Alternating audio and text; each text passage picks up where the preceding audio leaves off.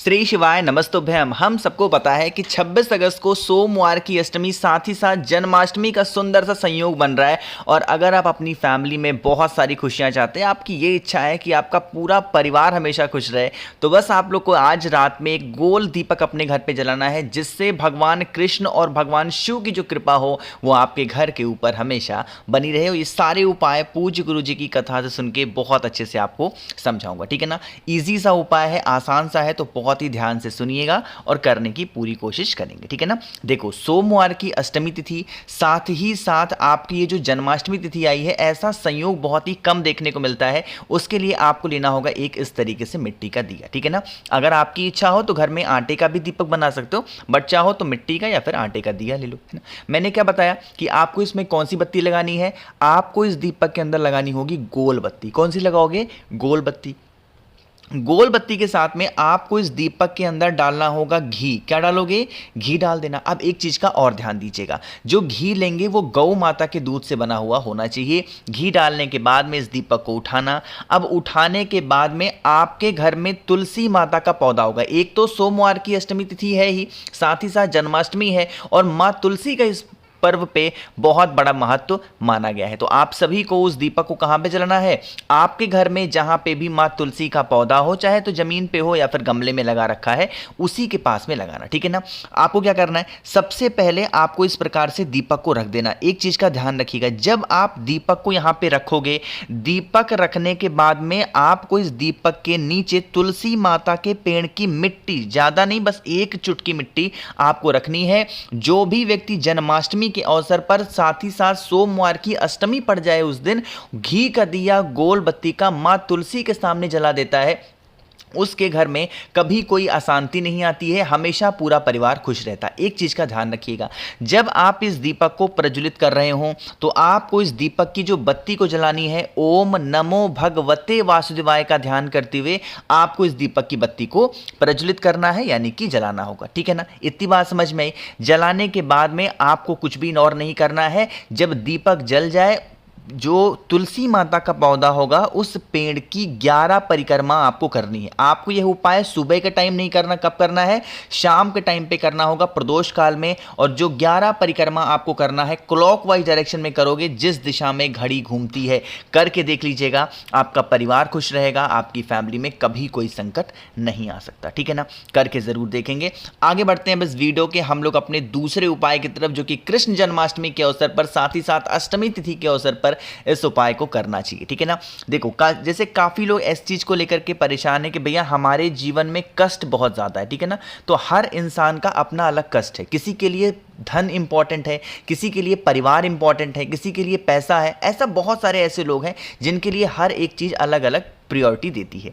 अगर आपके घर में भी इस प्रकार से कोई भी संकट है ना, क्या करना है? फिर से आप लोग को तुलसी माता के पेड़ के पास में जाना। एक चीज का ध्यान रखिएगा, कृष्ण जन्माष्टमी के अवसर पर तुलसी माता का एक भी पत्ता हाथों से तोड़ा नहीं जाता। अगर तुलसी माता के पत्ते का इस्तेमाल करना है, जो पत्ता नीचे गिरा हुआ हो उसी पत्ते का इस्तेमाल कर सकते हो। मेरी बात समझ में आ रही क्या? इतना कर लिया। लेकिन हमें इस उपाय में तुलसी माता का पत्ता नहीं चाहिए, हमें इस उपाय में तुलसी माता की डंडी की जरूरत पड़ेगी। आप कहोगे भैया डंडी कहाँ मिलेगी? जहां पे जब नीचे पत्ती गिरती है ना, तो उसी में से हल्की सी छोटी छोटी पत्ती, जो डंडियां होती है ना, वो डंडियां भी आपको क्या करती हैं? नीचे गिरी हुई मिल जाएंगी। हाथों से तोड़ना मत, नीचे पड़ी हुई डंडी को लेंगे और उसके छोटे छोटे टुकड़े करेंगे। कितने? 7 टुकड़े कर देना, ठीक है ना। जैसे मान लीजिए कि ये डंडी आपने लिया और इसके 7 टुकड़े आपने कर दिए। अब 7 टुकड़े करने के बाद में आपको इस लकड़ी के ऊपर रुई लपेटना है, कॉटन लपेट देना अच्छे तरीके से, ठीक है ना। कॉटन लपेटने के बाद में इस लकड़ी को एक छोटे से ऐसे दीपक में रख देना। इस दीपक को अच्छे तरीके से, पूरे के पूरे दीपक को आपको घी से भर देना, ठीक है ना। फिर आप इस दीपक को उठाना। आपका जो भी कष्ट हो, जो भी प्रॉब्लम हो, भगवान कृष्ण हो या फिर किसी भी देवता, भगवान शिव का मंदिर छोड़ करके, भगवान शिव का शिवलिंग, फोटो, मूर्ति, प्रतिमा छोड़ करके बाकी किसी भी देवता के सामने, या कि भगवान कृष्ण हो, भगवान राम हो, अगर उन 7 लकड़ियों से आरती आप कर देते हैं उस भगवान की, तो आपके घर में से जो भी प्रकार के कष्ट होंगे वो सारे कष्ट खत्म हो जाएंगे, ठीक है ना। करना ज़रूर है, भूलिएगा नहीं कोई लोग। बहुत ही छोटा सा और इजी सा उपाय था। तो 2 उपाय की हमने बात कर ली है। आगे बढ़ते हैं, आज करने वाले हम लोग इस वीडियो के अपने तीसरे उपाय की तरफ। लेकिन ये तीसरा उपाय कैसे करना है, कहाँ पे करना है, इसकी बात मैं आपको तब बताऊंगा जब आप सभी लोग कर देंगे वीडियो को लाइक, और जितने भी मेरे भाई बहन आवाज़ मेरी पहली बार सुन रहे हैं चैनल को ज़रूर सब्सक्राइब करेंगे, ठीक है ना। देखो, इस उपाय को समझने की कोशिश करना। जैसे मान लीजिए कि आप पे घर में हर छोटी बातों को लेकर लड़ाइयाँ होती है ना, लड़ाई होती है घर में। आजकल के टाइम पे ऐसा कोई भी घर नहीं बचा जिस घर में लड़ाई झगड़े ना होते हो। कोई भी एक ऐसा घर आपके घर में होता है, हर छोटी बात को लेके आप इस उपाय को करिएगा। उसके लिए हमें ज़रूरत पड़ेगी इस प्रकार से केसर के ना, सभी के घरों में केसर होगा। आप जाओ मार्केट, 5 से 10 रुपए में छोटी सी डिब्बी केसर की आपको मिल जाएगी, उसका इस्तेमाल करो, ठीक है ना। केसर के साथ में हमें जरूरत पड़ेगी चावल के दानों की। कितने चावल के दाने? मात्र 7 चावल का दाना आपको लेना है, जो कहीं से खंडित ना हो, टूटा हुआ ना हो, ठीक है ना। समझ में आ रही मेरी बात? उसके बाद में क्या करेंगे, आपको एक छोटा सा दीपक लेना, ठीक है ना। उस दीपक के अंदर आपको थोड़ा सा पानी डालना है, केसर को डालेंगे, और जो 7 चावल के दाने हैं उन 7 चावल के दानों को डाल के अच्छे तरीके से मिक्स कर लेना, ठीक है ना। मिक्स करने के बाद में आप इन सभी चीज़ों को उठाएंगे, साथ ही साथ एक सफ़ेद पुष्प भी लेंगे, ठीक है ना। अब सफ़ेद पुष्प ज़रूरी नहीं है जो मैं दिखा रहा हूँ वही लोगे, नहीं, कोई सा भी एक सफ़ेद पुष्प ले लेना और उसे लेकर के पहुँच जाना महादेव के शिवलिंग के पास में, ठीक है ना। जो बताने जा रहा हूँ मेरी बात बहुत ध्यान से सुनिएगा। फेस रखना होगा उत्तर दिशा, नॉर्थ डायरेक्शन, है ना। आपके पास में केसर का जल है जिसके अंदर 7 चावल के दाने हैं। सबसे पहले महादेव के शिवलिंग के पास पहुंच के 1 लोटा शुद्ध जल तांबे के लोटे से श्री शिवाय नमस्तुभ्यम का जप करके पहले जल चढ़ा देना, ठीक है ना। जल चढ़ाने के बाद में जो दूसरा काम होगा, जो आपके पास में केसर का जल है ना 7 चावल के दाने के साथ में, वो महादेव के शिवलिंग के ऊपर चढ़ाना।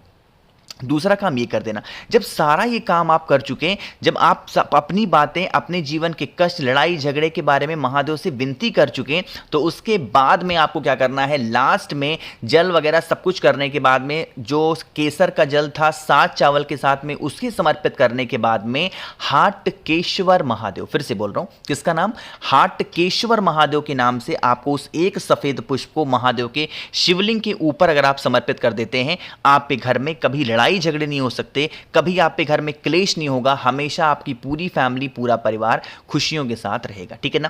करके देखिएगा, बहुत ही प्यारा सा और ये आसान सा उपाय था। 3 उपाय की हमने बात कर ली है। आगे बढ़ते हैं इस वीडियो के हम लोग अपने चौथे उपाय की तरफ। ये उपाय भी बहुत ईजी है, बहुत ज़्यादा आसान है, ठीक है ना। चलो बात करते हैं इस उपाय की। इस उपाय का बस एक फायदा है और वो है धन संपदा। अगर आप पे घर में कर्जों को लेकर के बहुत प्रॉब्लम है, कर्ज बढ़ते ही जा रहे, बढ़ते ही जा रहे, बढ़ते ही जा रहे, साथ ही साथ माँ लक्ष्मी का वास घर में नहीं है, उसके लिए बहुत चिंतित हो, बहुत परेशान चल रहे हो, तो आप इस उपाय को करके देखेंगे, ठीक है ना। उसके लिए भी हमें सेम प्रोसेस करना है, बस तरीका थोड़ा सा चेंज होता है।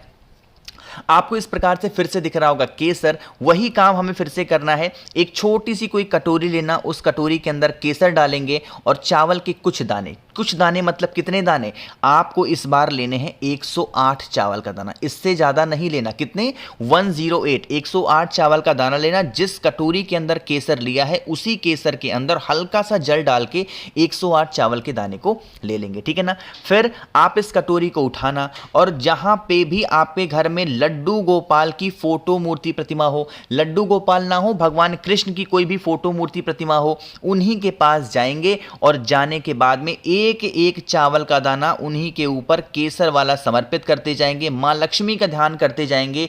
जो भी व्यक्ति कृष्ण जन्माष्टमी के अवसर पर सोमवार की अष्टमी तिथि पड़ने पर इस उपाय को कर लेता है, उनके घर में कभी भी पैसों को लेकर कोई दिक्कत नहीं होती, हमेशा मां लक्ष्मी उनके घर में हमेशा विराजमान होती है। एक छोटी सी बात अपनी तरफ से बताना चाहता हूं।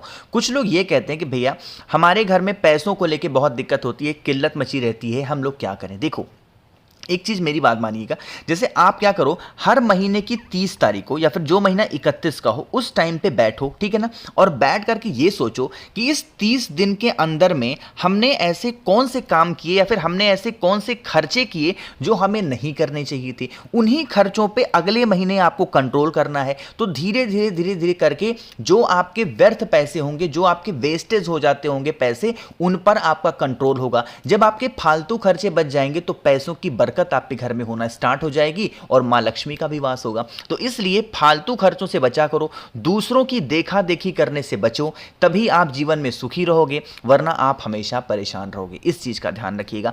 तो मैंने कोशिश की आप सभी को सोमवार की अष्टमी तिथि पे जन्माष्टमी तिथि का बहुत ही स्पेशल सा उपाय समझाया है। वीडियो पसंद आई हो तो लाइक करिएगा। कुछ पूछना है, नहीं समझ में, नीचे कमेंट सेक्शन में पूछ सकते हैं। बाकी मेरे जितने भी भाई बहन आवाज़ मेरी पहली बार सुन रहे हैं, चैनल को ज़रूर सब्सक्राइब करेंगे। श्री शिवाय नमस्तुभ्यम।